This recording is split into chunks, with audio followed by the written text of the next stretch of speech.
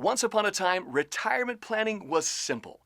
You would retire, then cash out of the stock market, leave the risk behind, and move into bonds paying 6 to 8%. Those days are long gone. If you live in Mesa and are retiring soon, you know this dilemma only too well. Today, you're lucky to get 2% on a quality bond. The solution? Do what smart, logical retirees are doing. They're making the move for their IRA rollover to the next generation of principal-protected, low-cost, high-income annuities through IQ Wealth Management in Scottsdale. Best-selling author, leading financial advisor, and the host of Mastering Money on Money Radio, Steve Jur-itch, is the trusted advisor that you are looking for. Let's listen in on a recent broadcast of his popular show, Mastering Money. At any point throughout, you can visit our website by clicking the little circle with the eye in the top right corner. Good afternoon. Welcome back to the Financial Review on Money Radio. I'm Sinclair No. Thanks for joining us today. A goal of every investor is to maximize the rate of return you're getting while minimizing the amount of risk you're taking. There is no single investment today, anywhere, that will give you everything you want all in one asset. High returns, high liquidity, superb income with low or no risk. It's the old 2 out of 3 principle that engineers and architects know so well.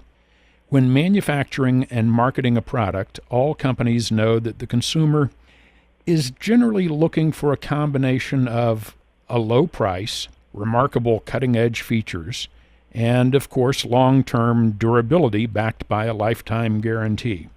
Everything works out fine, as long as the customer understands he or she can only get 2 out of the 3.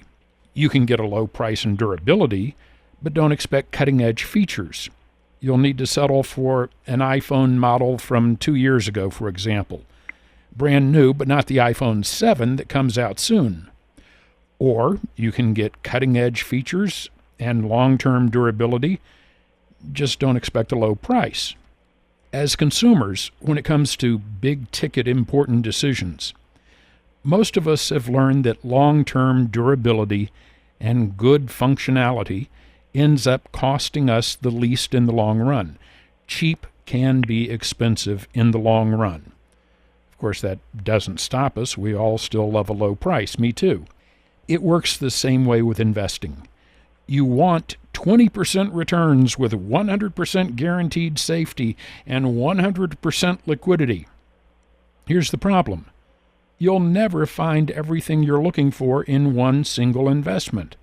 The challenge for today's affluent investor is to properly and wisely allocate your money into specific areas and types of investments where each investment has its own strength over the other, and when taken as a whole, your goals are being met. So, how do you do that?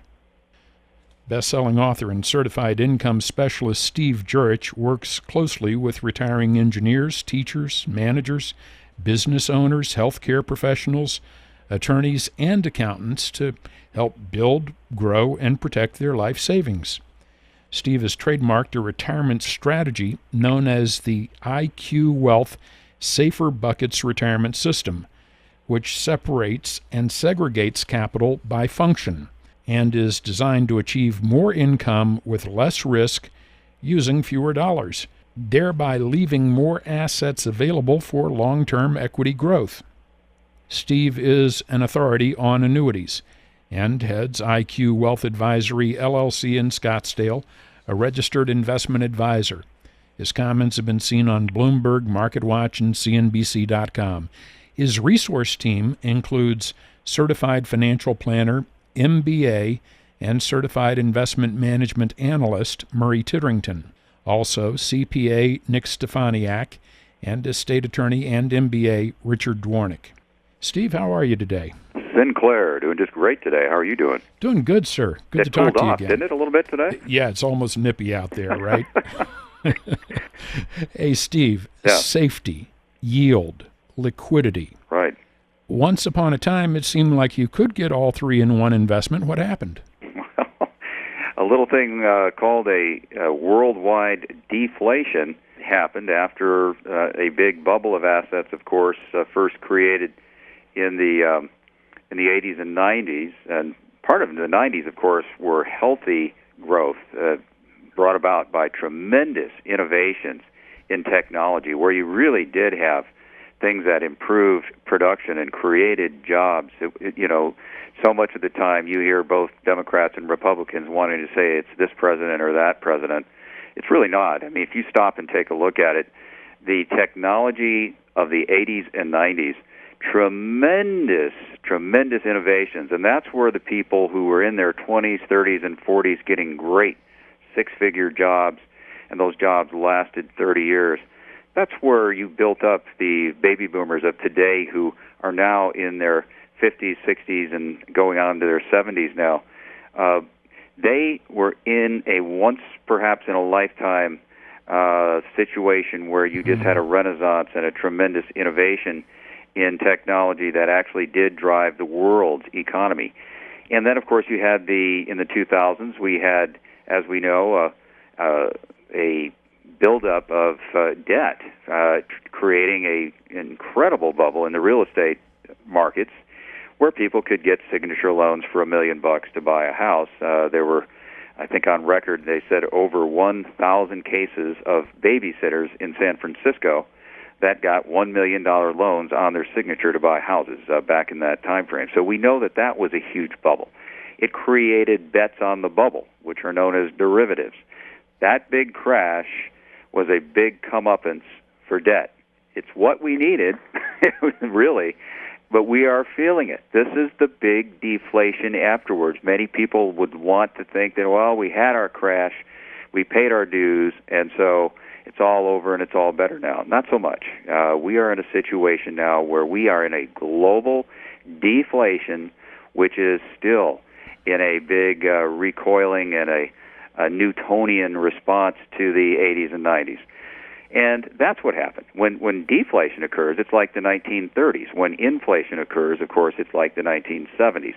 We're in that deflation, and we can see what's going on around the world. The stronger currencies right now, the United States, Germany, and the Swiss currencies, both Germany and Switzerland, of course, we know are in negative territory with interest rates. Why? Mm-hmm. Because people are throwing their money at those currencies, and if you come to a government saying, I want your bonds so bad, I'm willing to pay you to store my money, that's what will happen, and that's what is happening, and it's not good for Switzerland. We reported that on Mastering Money this week about Switzerland doesn't like having that strong a currency. Sounds like it's a great idea. But it makes it tough for Swiss exports. That's right.